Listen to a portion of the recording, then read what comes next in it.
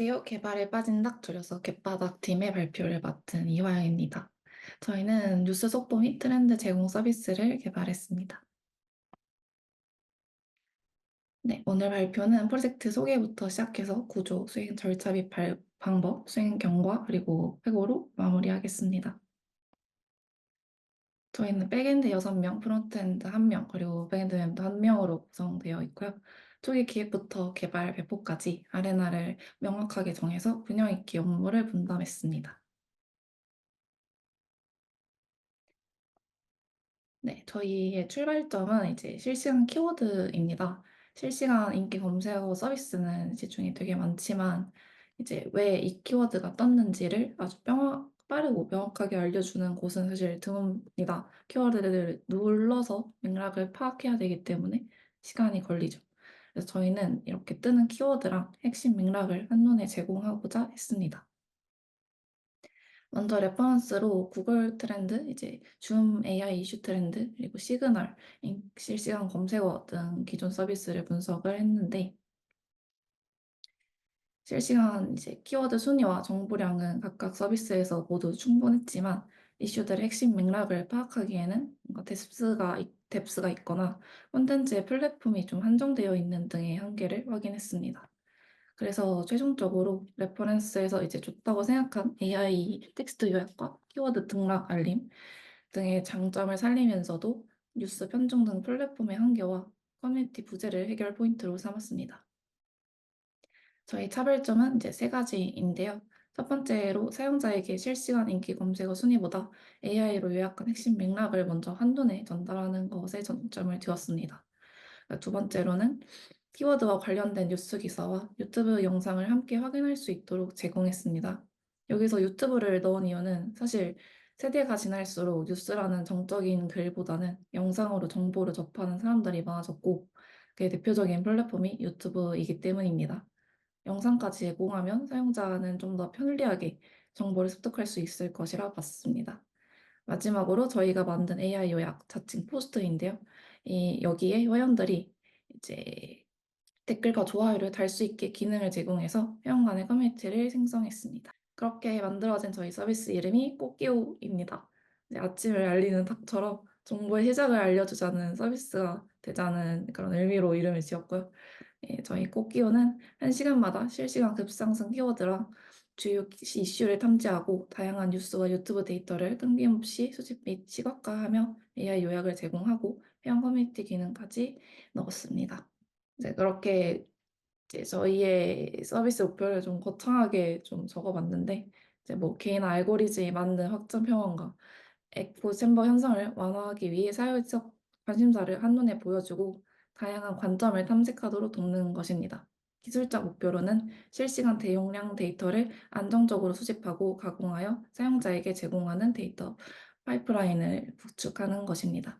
저희 핵심 기능은 다음과 같습니다. 이제 각각의 세부 부여는 뒤에서 다시 살펴보겠습니다. 그래서 저희 이 꽃기호 서비스가 어떻게 실무에 쓰이고 어떤 비즈니스 가치를 만들 수 있을까요? 먼저 이제 세 가지로 봤는데 첫 번째로 마케팅 쪽으로는 트렌드 감성 데이터를 활용하면 캠페인 인사이트를 얻고 위기 징후를 조기에 감지할 수 있을 것 같습니다. 그리고 저희는 유튜브 영상도 제공하기 때문에 콘텐츠 크리에이터 같은 경우에는 조회수 잠재력이 높은 주제를 실시간으로 얻어서 기획부터 제작까지 리드 타임을 줄여줄 수 있을 것 같고요. 또한 저희가 사스 툴이랑 연동을 하면 이제 통계 리포트를 구독 형태로 묶어서 제공을 하면 이제 꾸준한 수익원을 만들 수 있습니다. 정리하자면 이제 일반 대중뿐 아니라 뭐 마케팅, 콘텐츠, 리서치 용역까지 활용이 즉시 가능하며 수익 모델까지 확장할 수 있는 플랫폼이라 볼 수 있겠네요. 네, 이제 기술적 구성에 대해서 간단히 살펴보겠습니다. 먼저 기술 스택으로는 자바 21 버전과 MySQL 6 버전을 사용했고요. 스프링 JPA를 통해 데이터를 관리했습니다. 배포 환경으로는 이제 AWS EC2랑 도커를 사용해서 관리했고, 뭐 프로메테우스랑 그라파나를 사용해 모니터링을 진행했습니다. 외부 API로는 이제 네이버 뉴스, 유튜브, 그리고 트렌드를 사용해 데이터를 수집하고 제미나이, 챗GPT, 클로드 등의 다양한 LLM 모델을 사용하고 있습니다. 시스템 아키텍처를 보자면 AWS EC2에 어플리케이션, 레디스, 그래파나 프로메테우스 등을 컨테이너로 다 배치를 했고, 데이터베이스는 MySQL을 RDS에 올려 연결했습니다. 그리고 스프링 배치 스케줄링을 사용해 데이터의 수집 및 전처리 플로우를 자동화하고 있습니다. 주요 테이블은 이제 멤버, 커맨드, 포스트, 소스, 그리고 키워드 등이 있고요. 스키마 버전 관리는 플라이웨이로 일어나 있습니다. 네, 이제 기술을 봤다면 이제 팀적으로도 절차랑 방법이 어땠는지 알겠죠? 네, 저희는 프로젝트를 이제 3개의 스프린트로 나눠 각 스프린트별 명확한 우선순위를 설정하고 일정을 잡아서 관리를 했습니다.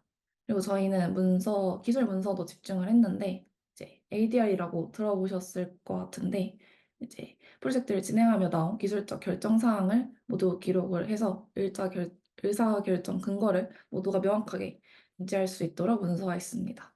그리고 개발 과정에서 겪었던 트러블 슈팅을 블로그 형태로 공유할 수 있는 공간도 만들어 모든 이슈를 팀원 모두가 이해할 수 있도록 작성했습니다. 이외에도 노션에서 컨벤션 및 회의록, 그리고 데일리 스크럼 및 주간 회고를 통해서 협업 및 업무 공유를 진행했습니다. 네, 이제 본격적으로 기능과 기술에 대해서 살펴보겠습니다. 네, 핵심 기능 앞에서 봤던 내용인데 먼저 이제 실시간 인기 검색어부터 차례대로 소개를 드리겠습니다.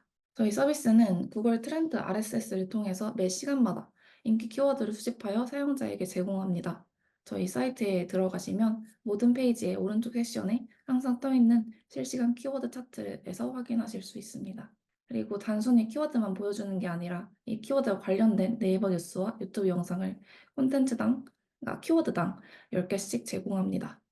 이 콘텐츠들은 이제 홈화면, 인기 뉴스 화면, 유튜브 화면 탭에서 플랫폼별로 탐색하실 수 있습니다. 그리고 저희한테 중요하다고 볼 수 있는 AI 기반의 이슈 요약 기능을 제공합니다.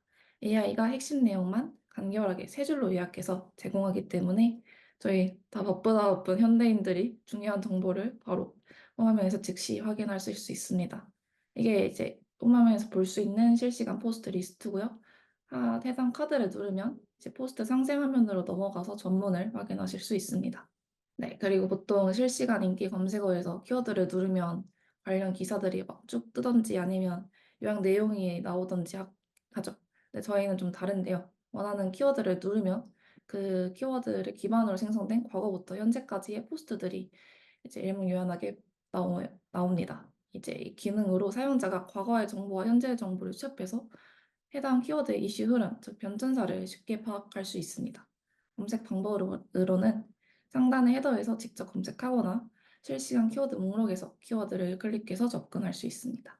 그리고 상세 포스트 화면에서 댓글을 작성하고 수정 삭제해서 자유롭게 의견을 나누거나 공감하는 내용에는 좋아요를 눌러서 반응을 표현할 수 있습니다.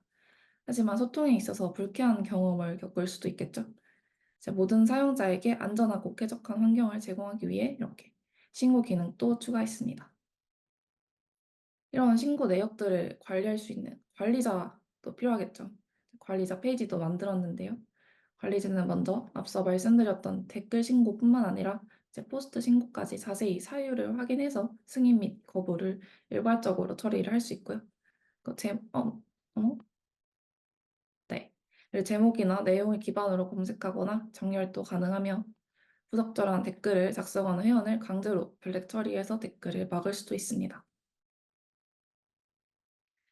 이제 앞서 언급한 기능들을 안정적으로 제공하기 위해 기술적 기반에 대해서 어떻게 했는지 설명드리겠습니다. 먼저 파이프라인입니다. 파이프라인은 총 이제 스텝이 5가지 있죠. 5단계로 나눠져 있고요. 보시면 막 병렬 처리도 있고 조건에 따라 스킵도 하는데 스텝별로 하나씩 보겠습니다. 이제 스텝을 여기서 하나씩 설명하기 전에 이제 사실 지금까지 제가 막 실시간이라는 단어를 좀 언급한 것 같은데 MVP 단계에서는 비용을 우선시해서 실시간 스트림보다는 매시간 배치로 충분하다고 판단해서 스프링 배치랑 스케줄러 조합을 이렇게 선택을 했고요. 또한 연결된 모든 외부 API 호출에는 레질리언스 4J의 리트라이 및 서킷 브레이커를 적용해서 안정성을 확보했습니다. 네, 첫 번째 단계인 구글 트렌드 RSS로 키워드를 수집하는 스텝입니다. 코드를 보시면 이제 세 번째 줄에서 스텝 빌더를 활용해서 이제 스텝을 생성하고 하이라이트된 부분에서 실제 동작 메소드를 호출하는 구조임을 확인하실 수 있습니다. 이후 이제 execution context라는 스프링 배치의 내부 저장소를 활용해서 필요한 변수를 공유하거나 매트릭에 사용될 지표를 저장하고 스텝을 마칩니다. 이제 앞에서 수집한 키워드를 바탕으로 이제 소스들을 또 수집을 하는데요. 여기서 저희는 소스로 네이버 뉴스랑 유튜브를 선택을 했고요. 이런 팔로우 구조를 통해서 이제 각 API는 병렬로 호출돼서 DB에 저장이 됩니다. 이런 팔로우 구조를 통해 새로운 소스가 막 추가가 돼도 기존 구조 변경 없이 손쉽게 확장이 가능합니다. 이제 다음으로 조건부 단계인 신규성 평가 스텝입니다. 저희가 키워드 검색 기능에서 키워드의 트렌드 변천사를 제공하고 있다고 말씀드렸는데 이때 이제 예를 들어서 키워드가 학자금 뭐 지원 제도 변경이다 라고 생각하면 며칠 동안 핫한 키워드로 고정이 될 수 있겠지만 이미 막 결정된 제도이기 때문에 실제 내용에는 그냥 변화가 없겠죠. 그러면 AI 요약 포스트를 매시간 새롭게 생성할 필요가 없기 때문에 이런 포스트의 불필요한 신규 생성을 억제하기 위해 해당 단계가 추가되었습니다. 물론 이제 AI 요약에 쓰이는 리소스 절감 효과를 노린 게 좀 더 큽니다. 네, 왼쪽에 스킵 조건을 보시면 키워드 검색력 변화, 시간 간격, 그리고 스킵 연속 횟수 등을 점수화해서 10점 미만이면 포스트 생성을 건너뛰니다. 그리고 만점이 넘으면 불꽃 이펙트로 이제 핫 키워드를 표시합니다. 실제로 이 로직으로 이제 GPT 토큰 사용량을 절감했는데요. 이제 이 그래프를 보시면 시간이 갈수록 스킵되는 포스트가 누적되면서 사용한 토큰량이 줄어드는 것을 확인할 수 있었습니다. 앞선 신규성 평가를 통과한 키워드는 이제 포스트 생성 단계에 들어옵니다. 포스트 생성에는 이제 클로드, 제미나이, 챗GPT 모델을 이제 펄백 구조로 사용해서 특정 모델이 실패해도 요약이 중단되지 않도록 다른 AI 모델을 사용할 수 있도록 구성했습니다. 이후 생성된 신규 포스트는 저희가 이제 메인 화면에서 1시간 동안 포스트 조회가 집중되고 있기 때문에 레디스 캐싱으로 응답 속도를 최적화했습니다. 이렇게 파이프라인은 설명이 끝났고요. 이제 모니터링 시스템입니다. 프로메테우스랑 그라파나를 사용해서 시스템 매트릭을 수집 및 시각화를 이렇게 했고요. MySQL로 DB를 보고 노드 익스포터를 넣어서 이제 서버의 성능 지표를 확인할 수 있고 그리고 로키랑 연결을 해서 로그도 통합해서 관리할 수 있도록 했습니다. 이제 뿐만 아니라 이제 스프링 배치에서 익스큐션 컨텍스트로 이제 리스너에다가 전송을 해서 매트릭 지표를 수집하고 있었는데 이것들도 이제 이 오른쪽에 보이는 대시보드처럼 수동으로 만들어서 좀 잘 안 보이죠. 근데 스텝별 이제 레이턴시나 사용하고 있는 이런 API 성공률 등을 실시간으로 확인할 수 있도록 했습니다. 실제로 이제 지난주에 유튜브 API에서 오류율이 100% 뜨는 거를 바로 빠르게 확인할 수 있었고 원인을 파악했었는데 파악하니까 이제 유튜브 데이터 API가 이제 하루 제한량이 있는데 그거를 저희가 막 초과하고 있었더라고요. 그래서 보시면 200K는 좀 짧고 403이 되게 길죠. 그래서 이런 식으로 에러를 파악할 수 있었고 트래픽 분산으로 해결하자고 이제 빠르게 논의를 할 수 있었습니다. 네, 다음으로 배포 프로세스를 설명드리겠습니다. 사실 어제 AWS 특강에서 이제 공개적으로 리뷰 당한 팀이 바로 저희라서 어디서 봤다 싶을 수 있는데 네, 보자면 왼쪽 PR 테스트를 통과하면 먼저 릴리스 태그를 기반으로 도커 이미지를 빌드하고 AWS SSM을 사용해 EC2에 접속하니 최신 이미지 단계화 실행합니다. 여기서 환경 변수는 도플러라는 볼트와 비슷한 환경 변수 통합 서비스를 통해 관리를 하고 있고요. 컨테이너는 전용 네트워크로 분리하고 DB는 VPC 내부에서 안정하게 연결되도록 구성했습니다. 코드로 작성한 단위 및 통합 테스트는 라인 커버리지가 70%가 넘을 수 있도록 목표를 설정해서 품질을 높였고요. E2E 테스트는 수동 QA로 사용자 플로우 전반을 이제 검증했습니다. 생각보다 이 과정이 힘들었는데 QA팀이 왜 따로 있는지 온몸으로 좀 다들 느꼈던 것 같습니다. 그리고 트러블 슈팅 사례 두 가지를 간단히 소개해 드리겠습니다. 먼저 이제 JWT 인증 필터에서 커스텀 에러를 잡지 못하는 이유라는 제목인데요. 사용자 권한 제어를 위해 커스텀 어노테이션을 구현하는 과정에서 JWT에 잘못된 이메일이 포함되거나 아니면 이제 잘못된 토큰이 들어왔을 때 우리가 원했던 대로 예외 핸들링이 되지 않고 범용 에러만 내뱉는 문제를 발견했습니다. 원인을 분석해 보니까 JWT 유틸인 유효성 검사 로직이 제대로 호출되지 않았고요. 스프링 시큐리티의 필터 순서를 이제 충분히 고려하지 못한 점이 문제였습니다. 그래서 이를 트라이 캐치와 커스텀 응답 형식을 사용해서 해결을 했습니다. 그리고 다음은 이제 외부 API에 의존성이 높은 저희 서비스의 헥사고널 아키텍처를 이제 일부 적용해 본 사례인데요. 외부 모듈에 대한 변경을 용이하게 하고 언제든지 확장 가능하도록 포트 어댑터 방식을 도입했습니다. 이제 실제로 이후에 LLM 모델을 여러 개 추가했을 때 핵심 도메인을 건들지 않고 확장할 수 있어서 좋은 사례라고 생각해 이렇게 가져왔습니다. 이 외에도 이제 4팀의 팀 블로그에 들어가시면 여러 사례들을 구경하실 수 있습니다. 회고부터 진행을 하겠습니다.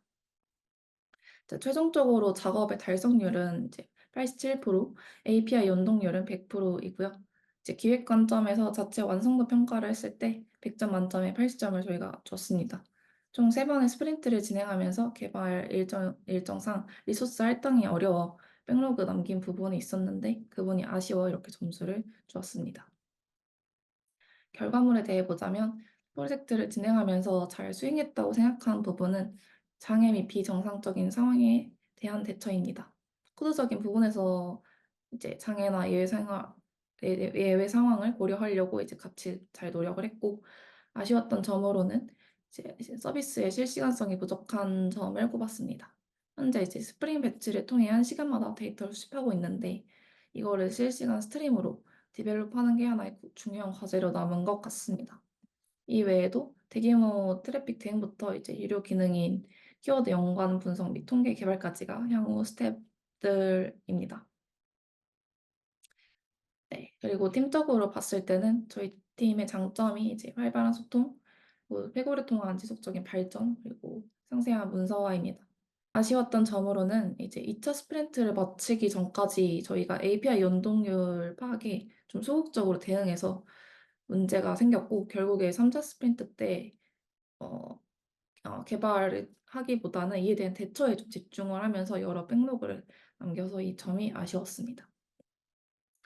마지막으로 이제 느낀 점, 얻은 점에서 이제 프로젝트를 진행하면서 다들 명확하고 효과적인 소통이 생각보다 많은 노력을 필요로 한다는 걸 좀 체감을 한 것 같고요. 기술적 성과로는 실시간 키워드 기반 콘텐츠 설계 및 쿼리 최적화, 그리고 데이터 파이프라인 아키텍처 설계 및 안정성 확보, 그리고 다양한 LLM 모델 통합, 운영 모니터링 시스템 마련한 것으로 정리하고 마무리하겠습니다. 네. 그리고 시연 영상을 함께 보자면, 네, 먼저 각각의 탭에서 인기 뉴스, 인기 유튜브 등을 볼 수 있고, 그리고 위에서 이렇게 검색을 하면 키워드에 대한 포스트들의 리스트를 볼 수 있고, 포스트 내용도 상세하게 확인하실 수 있습니다. 댓글 작성을 하려고 하면 로그인이 필요하고요. 그래서 회원가입과 로그인이 좀 진행이 되고, 네, 이메일 인증이 필요합니다, 저희. 그래서 이렇게 로그인을 하면 이제 포스트 상세 화면에서 댓글 작성이 가능하고요. 댓글도 이제 수정 삭제가 가능한 것을 지금 볼 수 있습니다. 그리고 신고도 가능한데 뭐 기타에서 사유까지 같이 입력을 할 수 있습니다.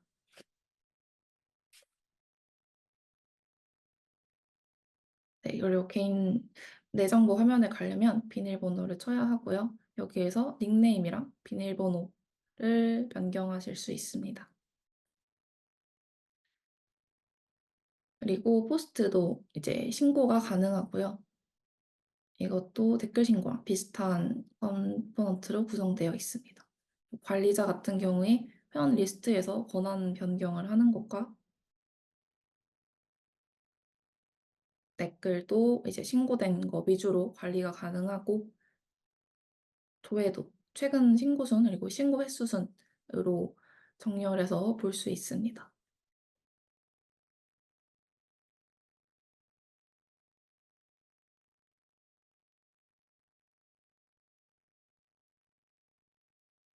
이와 비슷하게 게시물 관리에서도 검색도 가능하고 일괄적으로 승인하거나 일괄적으로 신고를 거부하는 처리도 가능한 것을 확인할 수 있습니다.